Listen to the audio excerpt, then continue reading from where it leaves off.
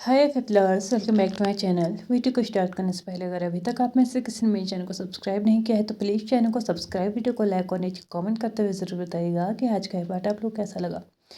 तो चलिए हीलिंग और मास्क मैनविंग के नेक्स्ट पार्ट को स्टार्ट करते हैं। लास्ट पार्ट में हमने देखा था कि यहाँ पे वैन किंग जब पूछती है कि बाहर यानी कि बैटलफील्ड की स्थिति कैसी है, तो जिस इंसान की आवाज़ उसने जेओजुन ने सुनी थी वो काफ़ी जानी पहचानी थी। जब वैन किंग ने ये बोला ना कि लेडी लैन, तो वो बहुत ज़्यादा शॉक्ड हो चुका था और इसी चलते वो टर्न हुआ।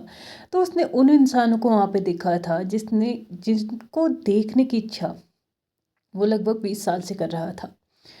32 साल के जियोजुन अपनी लाइफ में सिर्फ 12 साल में ही इतने बड़े हो चुके थे कि अब उन्हें यही समझ में नहीं आता है कि वो 12 साल के कब थे और कब 32 साल के हो गए। उन्हें ऐसा लगता है कि शायद मैं तब भी ऐसा ही था और आज भी ऐसा ही हूँ। आज भी मैं हर बार सिर्फ अपने माँ बाप से मिलने की ही इच्छा करता हूँ, अपने सेक्ट के ही बारे में सोचता हूँ, अपने भाई के बारे में सोचता हूँ, अपने वर्ड के बारे में सोचता हूँ।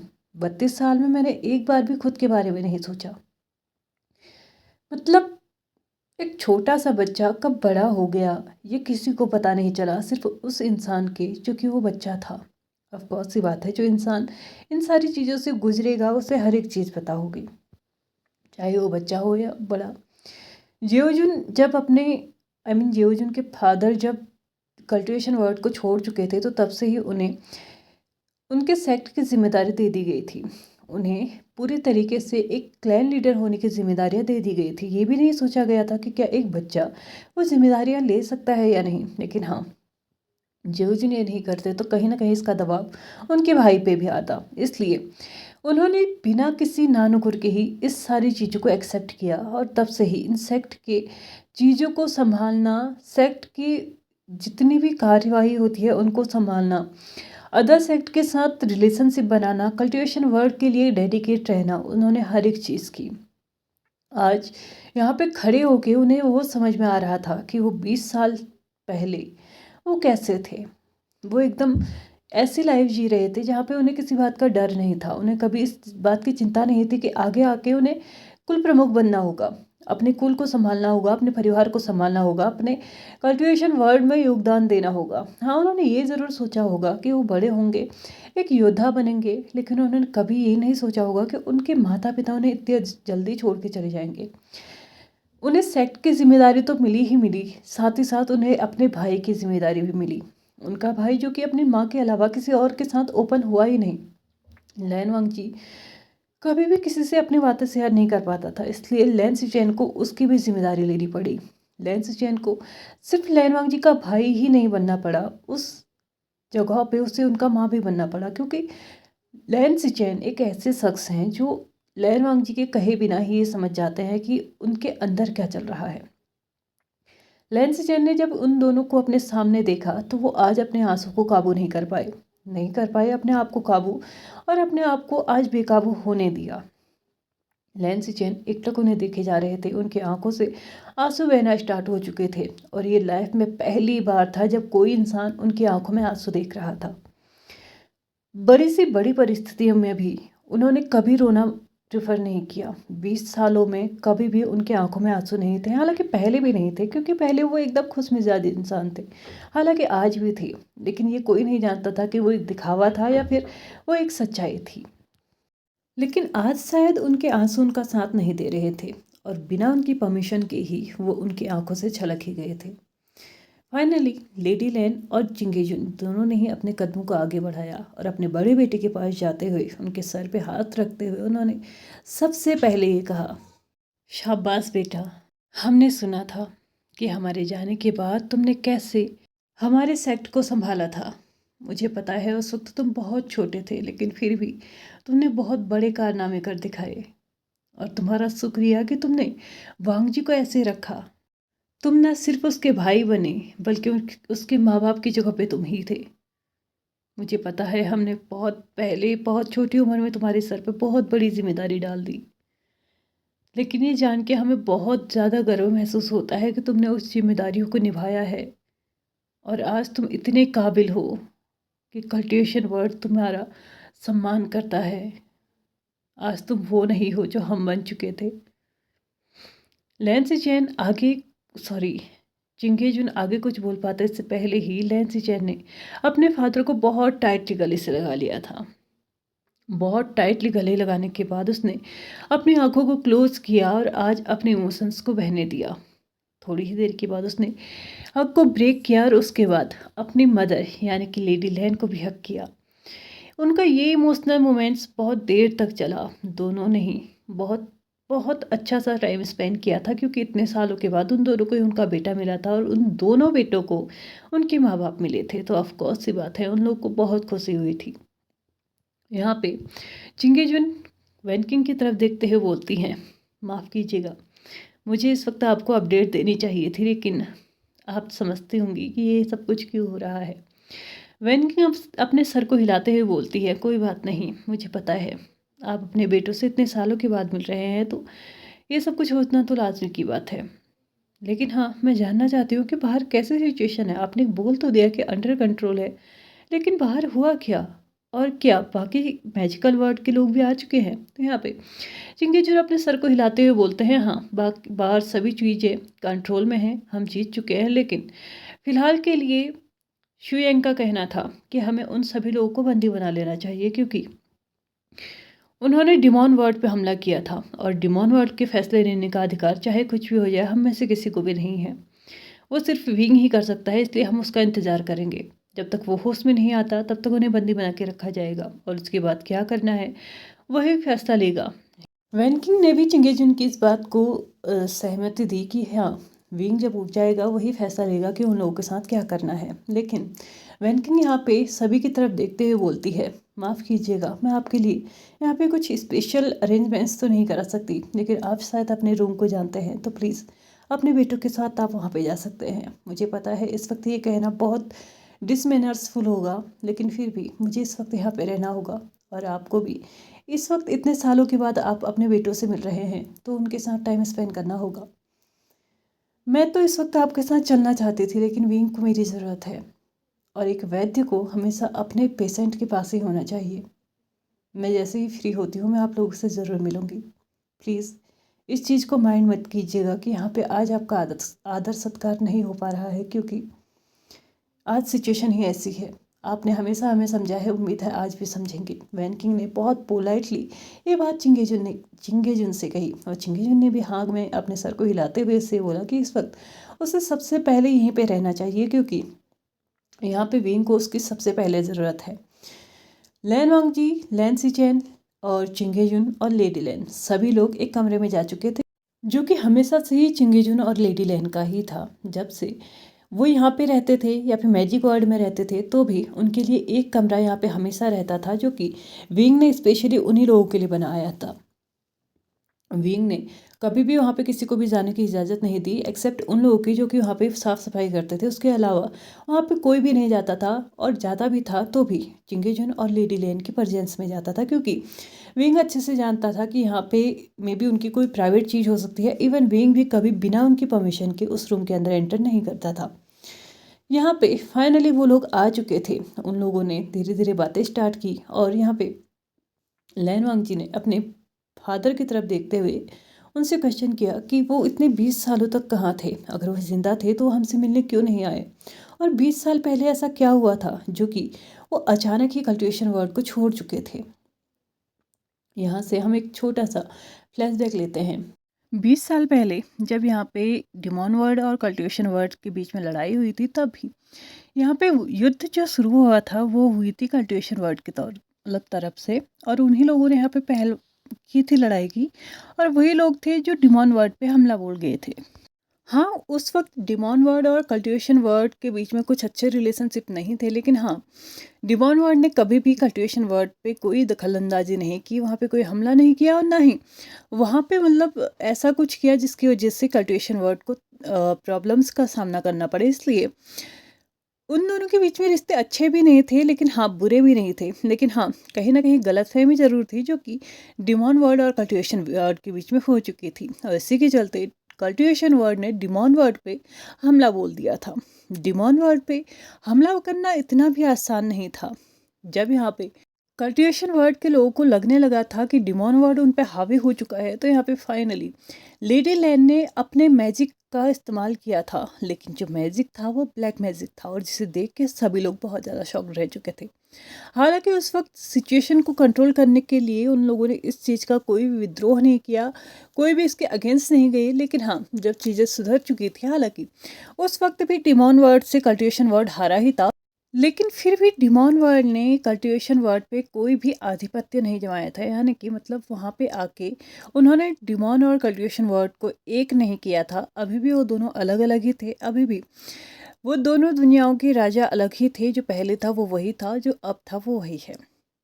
लेकिन यहाँ पे डिमॉन वर्ड ने उन दोनों के ही बीच में, यानी कि डिमॉन वर्ड और कल्टिवेशन वर्ड के बीच में एक ऐसे बैरियर सेट कर दिए जिसके चलते बिना किसी की मर्जी के ना ही डिमॉन वर्ड कल्टिवेशन वर्ड में प्रवेश कर सकता है, ना ही कल्टिवेशन वर्ड डिमॉन वर्ड में। इसलिए फ़िलहाल के लिए ये लड़ाई तो यहाँ पे शांत हो गई, लेकिन असली लड़ाई अब शुरू होने वाली थी।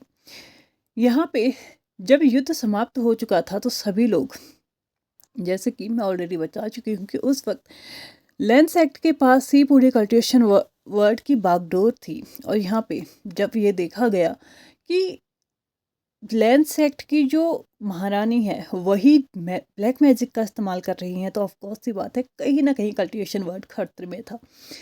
अपने सेक्ट वापस जाने से पहले सभी लोगों ने एक ऐसी मीटिंग अरेंज की जहाँ पे कोई भी किसी के सेक्ट में नहीं था। उन्हें जिस जगह पे वो लोग युद्ध पे थे, युद्ध में जाने से पहले रुके हुए थे, उसी जगह पे उन लोगों ने बैठ के आराम से इस बारे में मीटिंग की थी। हालांकि जियांग सेक्ट ने इस बारे में पूरी पूरी अपनी राय यही दी थी कि इसमें कोई बहुत बड़ी बात नहीं है। मतलब क्योंकि लेडी लैन उसकी फ्रेंड है, तो ऑफकोर्स सी बात है वो उसको इस वर्ड से निकालना तो नहीं चाहता होगा। लेकिन जिन सेक्ट ने इसका ओपनली विरोध किया, मतलब उन्होंने डायरेक्टली ये बोल दिया कि ब्लैक मैजिक कल्टिवेशन वर्ड में अलाउड नहीं हो सकता है, चाहे कुछ भी हो जाए।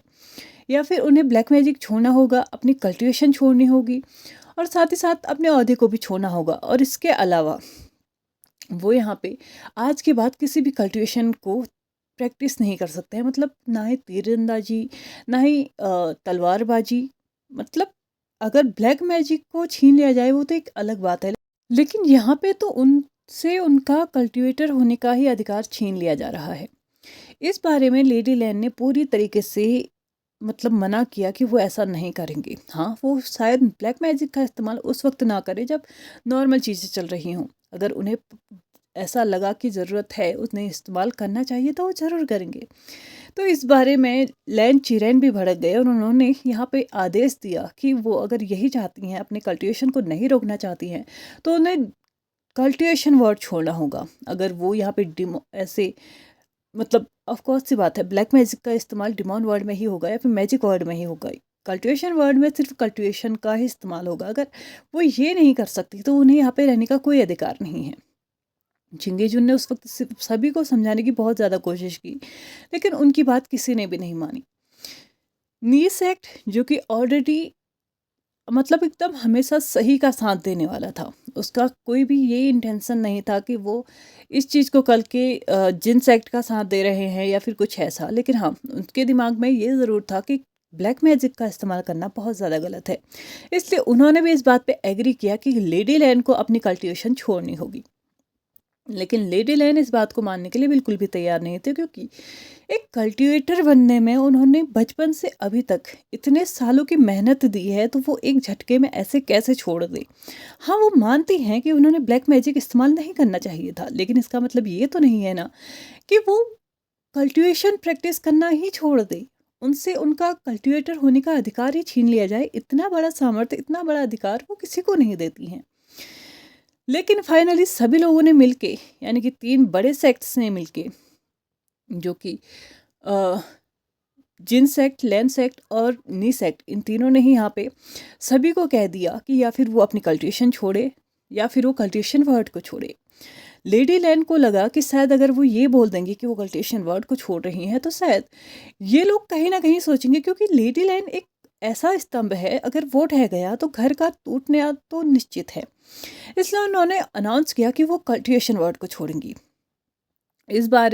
इस बात को सुनते ही किसी में कोई भी आश्चर्य नहीं हुआ। हालांकि वेन सेक्ट और जियांग सेक्ट अभी भी इस बात के अगेंस्ट में थे, क्योंकि वेन सेक्ट के लिए ऐसे मैजिक को इस्तेमाल करना कुछ गलत बात नहीं थी, और जियांग सेक्ट लेन सेक्ट में जो महाराज और महारानी हैं वो उनके काफ़ी अच्छे दोस्त हैं, इसलिए वो उन्हें छोड़ना नहीं चाहते थे। जिंगे जुन यहाँ पे अभी भी सबको मनाने की कोशिश कर रहे थे, लेकिन उनकी बात किसी ने भी नहीं मानी। देखिए, एट द एंड उन्होंने अपनी पत्नी का साथ देते हुए सभी से ये कह दिया कि अगर उनकी पत्नी यहाँ से जाएगी तो वो भी यहाँ से जाएंगे, और किसी ने इस बात का विरोध तक नहीं किया कि नहीं, वो यहाँ से नहीं जा सकते। इवन जिन सेक्ट ने आगे बढ़ के ये बोला कि अगर वो जाना चाहते हैं तो जा सकते हैं, कल्टिवेशन वर्ड को उनकी कोई ज़रूरत नहीं है। यहाँ पे और भी ज़्यादा कल्टिवेटर्स हैं, सभी लोग इस चीज़ को संभाल सकते हैं। इस कल्टिवेशन वर्ड को संभालने वाले अकेले वो नहीं हैं, हम सभी इसकी जिम्मेदारी ले सकते हैं। नी सेक्ट, जो कि इस बारे में बिल्कुल ही अपोजिट रिएक्ट कर रहा था, उसने चिंगे जिन को जाने से मना किया, लेकिन लेडी लैन को रोकने के लिए उन्होंने भी बिल्कुल भी हामी नहीं भरी। लेकिन एट द एंड सिचुएशन ये हुई कि चिंगे जुन ने अपनी वाइफ को छोड़ना स्वीकार नहीं किया, और बाकी सभी लोगों ने चिंगे जुन के इस फैसले को स्वीकार नहीं किया, और उन लोगों को उसी वक्त कल्टिवेशन वर्ड को छोड़ना पड़ा। और उसके बाद से वो लोग वापस से डिमॉन वर्ल्ड में गए। हालांकि वो इंटेंशनली नहीं गए थे, लेकिन हाँ, वो वहाँ पे पहुँच चुके थे। और यहाँ पे जब विंग ने विंग के पेरेंट्स ने उन्हें देखा था, तो वो लोग समझ चुके थे कि कहीं ना कहीं कुछ ना कुछ गड़बड़ है। इसके बाद से काफ़ी टाइम तक वो लोग वहीं रहे, लेकिन जब विंग के पेरेंट्स की डेथ हो चुकी थी और उधर मैजिक वर्ल्ड के भी मेन जो राजा थे उनकी डेथ हो चुकी थी, तो वहाँ पे हालांकि शुयांग था मैजिक वर्ल्ड को संभालने के लिए, लेकिन फिर भी किसी बड़े का होना ज़रूरी है, और वो भी एक ऐसे इंसान का जो कि एक्सपीरियंस वाला है। तो ऑफकोर्स सी बात है, विंग ने यहाँ पे फैसला लिया कि डिमॉन वर्ल्ड को वो अकेला संभाल लेगा, लेकिन मैजिक वर्ल्ड को इस वक्त उनकी ज़रूरत है। इसलिए इसके बाद से मैजिक वर्ल्ड को उन दोनों को सौंप दिया गया। हालांकि उन दोनों ने ये कंडीशन रखी कि वो डिमॉन वर्ल्ड और मैजिक वर्ल्ड इन दोनों से में ही आते जाते रहेंगे, दोनों को ही एक साथ देखेंगे, लेकिन वो कल्टिवेशन वर्ल्ड कभी भी नहीं जाएंगे।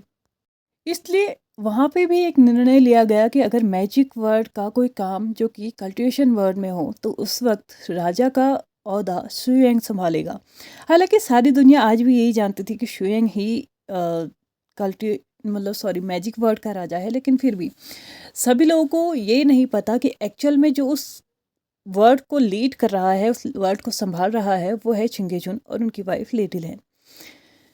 फाइनली सारी बात यहाँ पे चिंगे जुन और लेडी लैन ने लैन वांगजी और लैन सिचेन को बता दी थी, और फाइनली यहाँ पे हमारा ये जो फ्लैशबैक है ना, वो भी एंड हो चुका था।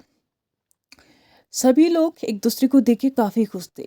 उन लोगों के 2 दिन ऐसे ही बीत चुके थे, लेकिन अभी तक विंग को होश नहीं आया था। लैन वांगजी काफ़ी ज़्यादा स्ट्रेस्ड हो चुका था ये जान के कि उसे मतलब अभी तक तो होश आ जाना चाहिए था, लेकिन यहाँ पे अब उसके होश में आने की उम्मीद जो है ना, वो दिन प्रतिदिन कम होते जा रही थी। वैन किंग लगातार उस पर ट्रीटमेंट कर रही थी, उसकी जांच कर रही थी, लेकिन यहाँ पे कोई भी असर दिखाई नहीं दे रहा था। लैन वांगजी बार बार उससे पूछ रहा था कि अगर कोई उपाय है तो वो मुझे बताए, मैं वो कर सकता हूँ। तो यहाँ पे वैन किंग लैन वांगजी को बताती है कि उपाय है, उससे अगर हम स्पिरिचुअल पावर्स ट्रांसफ़र करें तो ये हो सकता है। तो यहाँ पे लैन वांगजी बोलता है कि पिछले 2 दिनों से तुम चुप्पी साधे हुए, तुम अभी तक क्यों नहीं बता रही थी। तो यहाँ पे लैन वांगजी को रिप्लाई करते हुए वैन किंग बोलती है, मुझे पता था तुम यही कहोगे, लेकिन तुम्हारी जानकारी के लिए बता दूं, वो एक डिमॉन है। उसे इतनी ईजिली हम में से कोई भी अपने स्पिरिचुअल पावर्स को ट्रांसफ़र नहीं कर सकता है। उसके लिए वैन किंग कुछ बोल पाती इससे पहले ही वो चुप हो चुकी थी। लैन वांगजी उसकी तरफ देखते हुए बोलता है, उसके लिए क्या? अपने सेंटेंस को कंप्लीट करो और बताओ मुझे कि तुम, मैं, ब्रदर, माँ, पिताजी, हम में से कोई भी उसको क्यों अपने स्पिरिचुअल पावर्स नहीं दे सकता। ठीक है, हम नहीं दे सकते, लेकिन माँ बाबा तो दे सकते हैं ना। तो यहाँ पे वैन किंग अपने आइज़ को रोल करते हुए बोलती है, नहीं, हम में से कोई भी नहीं दे सकता, क्योंकि उसने अभी तक किसी के साथ भी कोई भी डुअल कल्टिवेशन परफॉर्मेंस नहीं की है। और अगर अगर उसने की होती तो वही एक शख्स था जो उसको अपनी एनर्जी ट्रांसफ़र कर सकता था। तुम उसके हस्बैंड हो और मैं उसकी वाइफ, लेकिन हम अच्छे से जानते हैं कि हमारे बीच में अभी ऐसा कोई भी रिलेशनशिप नहीं बना है। हम दोनों में से किसी ने भी उसके साथ कोई भी डुअल कल्टिवेशन परफॉर्म नहीं की है। तो हम में से कोई भी उसको अपनी एनर्जी ट्रांसफ़र नहीं कर सकता। उसको इस हालत में देख के मुझे भी अच्छा फ़ील नहीं हो रहा है। जिस इंसान ने मेरी ज़िंदगी बचाई है, मुझे एक ऐसा मकसद दिया है जीने का जो मैंने कभी सोचा तक नहीं था। लेकिन आज मैं उसके लिए कुछ नहीं कर पा रही हूँ सिर्फ़ इस कारण की वज़ह से। लेकिन फिर भी हम में से कोई ये काम करना चाहे भी, हम लोग ज़बरदस्ती ये सब कुछ करें भी ना, तो उसकी जान के साथ-साथ हमारी जान को भी खतरा है। मुझे कोई फ़र्क नहीं पड़ता कि मेरी जान खतरे में जाए या ना जाए। लेकिन इससे कोई भी समाधान नहीं निकलने वाला है। हम एक इंसान के साथ-साथ दूसरे इंसान की जान को भी बिना मतलब जोखिम में डाल देंगे। क्योंकि ये मुझे पता है कि वो काम नहीं करने वाला है। वैन किंग ये कह के शांत हो चुकी थी और लैन वांगजी एकटक विंग की तरफ देख रहा था। बहुत लंबे साइलेंस के बाद फाइनली लैन वांगजी अपने मुंह से शब्दों को बाहर निकालते हुए उस साइलेंस को ब्रेक करते हुए बोलता है, बाहर जाओ सभी लोग। लैन वांगजी का सभी को उस कमरे से बाहर भेजने का क्या मतलब है? क्या वो सच में अपनी एनर्जी उसको ट्रांसफ़र करने वाला है? जबकि अभी-अभी वैन किंग ने बोला है कि ये इम्पॉसिबल है। अगर वो ऐसा करता भी है तो उसकी और विंग दोनों की ही जान को एक साथ खतरा होगा। विंग की तो पहले से ही है, लेकिन उसकी जान को भी और बड़ा खतरा होगा। खैर, इसके बारे में तो अभी हम नहीं जान सकते, हम जानेंगे नेक्स्ट पार्ट में। फिलहाल इस पार्ट को मैं यहीं पे ख़त्म करती हूँ। वीडियो पसंद आए तो please like share subscribe and comment करते हुए जाइएगा। Thank you so much for watching my video and bye bye.